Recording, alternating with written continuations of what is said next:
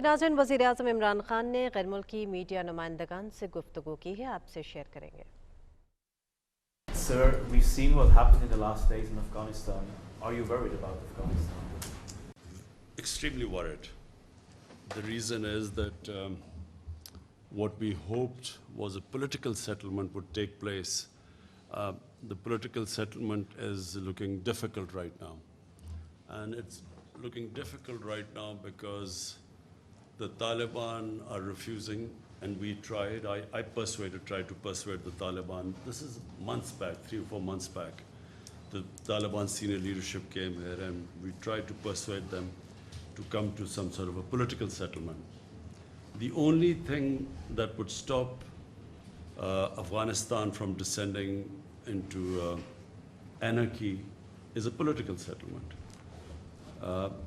But unfortunately, the Taliban, when they were here, they felt that they refused to talk to Ashraf Ghani. Their condition is that as long as Ashraf Ghani is there, we are not going to talk to the Afghan government. And here I want to say that in 2019, when Pakistan persuaded Taliban to start talking to the Americans, I suggested that there should be before the presidential election, there should be an interim government so that, the elections would be inclusive. But unfortunately, the Afghan government was very critical about this remark about there being an interim setup. And they went ahead with the elections, and President Ghani got elected. Now, once President Ghani got elected and the Taliban got excluded, it was always going to be a problem from then onwards, because Ashraf Ghani insisted that the Taliban should talk to him. The Taliban did not recognize him, they didn't recognize the elections, and they would refuse to talk to him. So that's where the problem started. And that problem still is there. Now, the Afghan government is extremely critical about Pakistan. They think we have some magic powers that we will make Taliban do whatever we want to do. They don't realize that that the Taliban, the moment the Americans started drawing down their troops, and especially when they gave an exit, from then onwards, our leverage on Taliban was minuscule, diminished, because the Taliban thought they had won the war. They had won the war by not losing to the Americans. And in their mind that once the Americans left, then, then they had won. So to try and persuade them when time was given for exiting Afghanistan by Americans, it became extremely difficult to try and persuade them. And Afghan government, unfortunately, is now blaming Pakistan for what is happening there.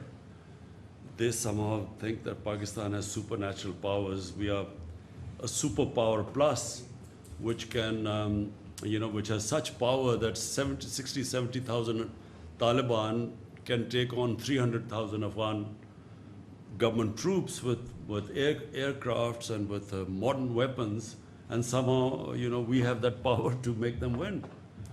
So the Afghan government, and the other reason is Afghan government, I think, right now from what I can see, they are blaming Pakistan, as well as they are now trying everything to somehow get the Americans back into Afghanistan. The whole posturing right now is that they're blaming the Americans for this debacle, Pakistan and the Americans. And they're trying to somehow persuade the Americans to actually intervene. And there are listeners in the American political system who are listening to the Taliban and using these things that women are at risk, and all those who supported the NATO troops, they are at risk. And somehow they want the Americans to again intervene. But this is, they've been there for 20 years. What will they do now which they didn't do in 20 years? So so this is the situation right now. You asked me a question about us being worried. We are worried because the direct impact of this descending into a prolonged civil war. This is what we think will happen. It will be a prolonged, protracted civil war. And the country that will be most affected after Afghanistan will be Pakistan. We will be affected, number one, that more Pashtuns are in Pakistan than in Afghanistan. Taliban is basically a Pashtun movement, so it will flow into our Pashtun areas. And it happened after 2003-04. It happened that our Pashtun areas reacted to what was happening in Afghanistan, and Pakistan lost 70,000 people in that because we supported the Americans. And so there's a likelihood that again in our Pashtun areas we will have problems. So that's number one. And then having lost 70,000 people and over $100 billion lost to the economy, half of our tribal area people were internally displaced. About 3 million people were internally displaced. So that's number one worry. Number two is refugees. We already have 3 million refugees in Pakistan, Afghan refugees. 3 million registered. We think there are over about 500,000 more than that. So last thing we want, our economy is just recovering. We do not want another inflow of refugees. And number three is that, we have now great plans of our connectivity right into Central Asia through Afghanistan. I just went to Tashkent to work on this railway from Uzbekistan connecting through Afghanistan, through Mazar Sharif and into Pakistan, which would connect this whole area. So this is our future, it's geoeconomics. And we are worried that if there is a civil war in Afghanistan, this whole economic agenda of connectivity with Central Asia goes out of the window. So that's our worry. Sir, in case of the Taliban takeover of Kabul, what will be your government's policy? Will you close the border or cut relations with Afghanistan? What will happen, I can't say. But what Pakistan wants is Pakistan will deal with any government that is elected or selected by the people of Afghanistan. So whoever people of Afghanistan, the government they feel represents them, Pakistan will work with them, whichever that government is. What would a Taliban takeover mean for Pakistan? Taliban takeover depends what sort of a Taliban takeover it is. If it is a Taliban takeover which becomes inclusive with other players and, it includes, it will be the best thing for Afghanistan if it is an inclusive government. But if it is, exclusive government with fighting going all over Afghanistan, we believe that if the Taliban try and form an exclusive government through military takeover, this will mean a protracted civil war. And that is, as I said, a nightmare scenario for Pakistan. So there's, it seems, even though everyone's gathered in Doha today, I believe there's a Troika meeting as well, it seems like there's a last-ditch effort to try to come to some sort of solution. Do you think there's lots of suggestions as to how this could move forward? The Taliban have one suggestion too, which is that Ashraf Ghani should step aside. If it means, given how much Pakistan has at stake, would you support such a move? I mean, if it comes to this consensus that an elected president should step aside?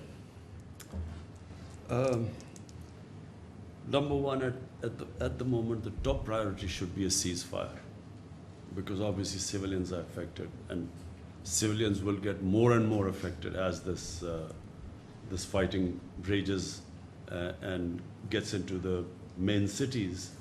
Once the fighting gets into the main cities, then there will be heavy civilian casualties. So therefore, at all costs, there should be a ceasefire. Now, what would it take for a ceasefire? And that's what the Doha talks are all about. So, I'm not a big one into military solutions. I believe that, as a politician, we always should look for a political settlement. Now, let's hope that there is some sort of a political settlement, but that will only happen if Taliban realize that they cannot take over the whole of Afghanistan through military means, and the government side realizes that they too have to give to come to this ceasefire. So they will also have to make compromises. So that's really what these talks are all about. Can they meet on a middle ground? Now, whatever that middle ground is, I guess the talks will decide. So do you think Pakistan's influence of Taliban has been decreased compared to 1990s? What do you think about that? Let me remind you that, Pakistan was the three governments that recognized the Taliban government in 2001, before the Americans toppled the Taliban government. And probably Pakistan was the most influential government. Despite that, when Pakistan wanted, on behest of the Americans, for Taliban to hand over Osama bin Laden to the Americans, the Taliban refused. So even then, the influence of Pakistan was not all-encompassing. But let me just say one thing. As a student of history, and especially of Afghan history, anyone who thinks that Afghanistan can be controlled from outside does not understand the character of the Afghan people. Throughout their history, they have never accepted outside control. Take the three of the British-Afghan wars, which happened. There were three. Then the Russians. Everyone knows the Russian history, and now this recent 20-year-old American misadventure. So if you look at all of them, one thing comes out, that the Afghan people of Afghanistan they cannot be made puppets. If I was the Pakistani policymaker in the 90s, I would not have encouraged this idea of strategic depth, which Pakistan policy was at the time. Very understandable, because the 7 times size of Pakistan is India, a hostile eastern neighbor. And the Pakistani security setup was always worried about Pakistan facing two fronts, east and west hostilities. So therefore, there was always an attempt to have a pro-Pakistan government in Afghanistan. But in my opinion, whichever government comes into power in Afghanistan would have to work with Pakistan. And Pakistan should work with any government that comes, which is selected by people of Afghanistan. Rather than trying to influence governments in Afghanistan, if you look back at the history, it does not work. The Afghan people do not accept it. So even now, when we talk about if the Taliban takeover takes place, will it be a pro-Pakistan government? Whichever government comes into Afghanistan, if it is ever perceived to be controlled from outside, it loses credibility within Afghanistan. People of Afghanistan will only back a government that represents their people and stands for their interests. So therefore, my policy, ever since my government has come into power, we have reached out to all the Afghan factions, to the Northern Alliance, to who were perceived to be anti-Pakistan. Hamid Karzai I've talked to. Abdullah I invited. I talked to them. All of them we try to convince that, look, we now have no favorites in Afghanistan. Whichever government comes into power, Pakistan will work with them. There's often the view, we talked about this week, the view in the West and also in Afghanistan, that once the Taliban take over in Afghanistan, Pakistan would have achieved its final goal. Is that a misconception? You see, again I repeat, if the Taliban take over, because Afghanistan is ethnically divided population. Pashtun are only about 45% of the population. Then there are Tajiks, then there are Hazara, Uzbeks. So it's a Afghanistan, the reason it has been a decentralized government is because of the different population mix. So therefore, if one population tries to impose itself on the rest, one ethnic group, there will be a constant, unrest in Afghanistan. And that is not what Pakistan wants, which is why we want an exclusive government. Because if there is unrest, Pakistan will be affected because, as I said, we have a larger Pashtun population here than in Afghanistan. And Pashtun are probably the most xenophobic people on earth.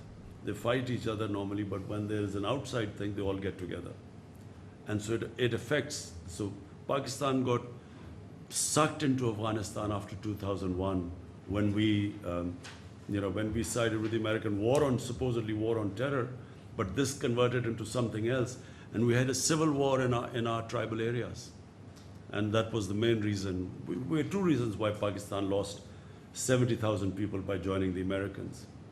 Number one, the old jihadi organizations which were created to fight jihad against the Soviets, they all turned against Pakistan because Pakistan suddenly was telling them that against Soviet occupation it was jihad, but against American occupation it's terrorism. So they turned against Pakistan. And then second was in the tribal areas, there was literally a civil war against Pakistan because we were pro-American. Basically all their sympathies were with Pashtuns, not Taliban, but the Pashtuns. And they turned against there was as I said, half the population was internally displaced of the tribal areas, which still is recovering from the devastation. Hence, it's in Pakistan's interest that there is a political settlement and all factions come, a government that represents everyone. Reportedly, is U.S. fighter jet are coming from Qatar to Afghanistan through Pakistan's airspace. So is it true? And is there any agreement with the United States? We have made it very clear that Pakistan is not, first of all, our soil will not be used to be so that we get again embroiled in an Afghanistan civil war. So we do not want any bases in Pakistan. We don't want our soil to be used for attacks into Afghanistan. And as far as I know, that after 31st, the Americans are going to stop all sorts of even air attacks on Afghanistan. One last question. So the two main players in Afghanistan and its solution are the United States and Pakistan. The heads of the two governments have not spoken yet. I want to know the state of relations between your government and President Joe Biden's government on Afghanistan, and moving forward, do you think that Pakistan is going to be scapegoated? And what is Pakistan's strategy when it says we have other options? The NSA has also expanded. Let me say three things. Number one, Pakistan has already been being made a scapegoat by Afghan government. And the Afghan government is doing so because it is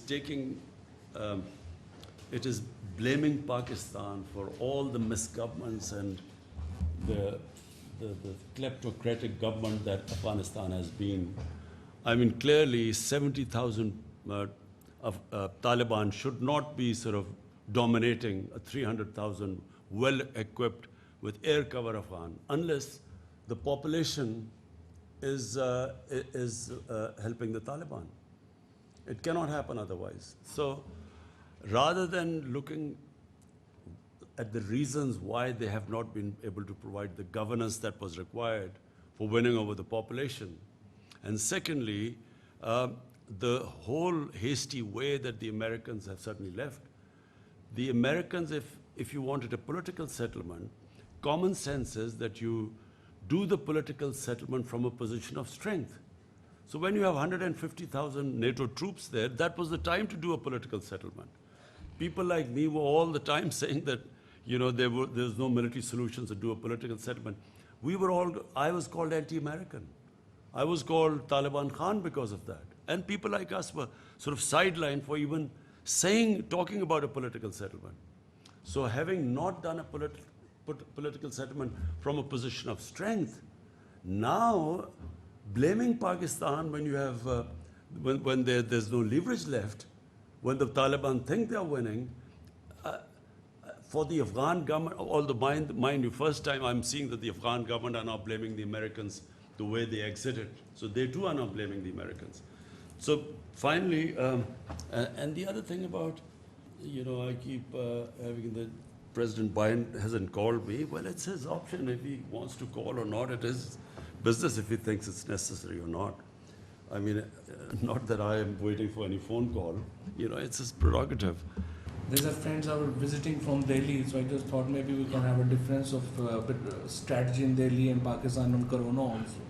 The way we fought is totally different. Can I ask one last question towards Afghanistan? You're a close ally to China. What would you see the future role of China in Afghanistan?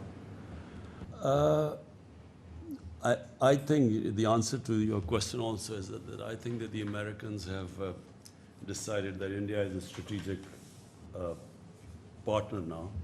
And I think that's why there's a different way of treating Pakistan now. And also they feel that we're very close to China and then they want to sideline China.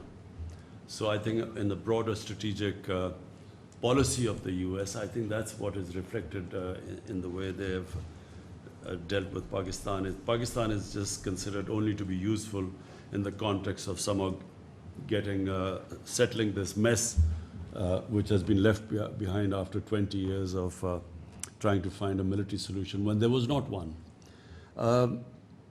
I feel that China is an emerging superpower, and China is, for us, for Pakistan, it's very important because China has helped us in a very difficult time. So we are obviously grateful to China the way they've helped us. But it's not an exclusive thing. Even CPEC for us is we've invited all the countries, Europeans, any country can join us in this. Pakistan's main concern now is economics. Our real concentration is now to lift, we have 220 million people. My main job is to look at their well-being, lift people out of poverty.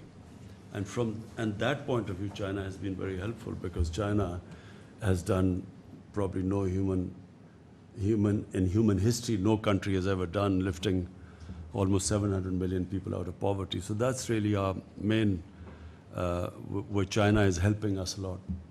Will China have a role in Afghanistan? China is a neighbor. Obviously China will have a role in the rebuilding of Afghanistan.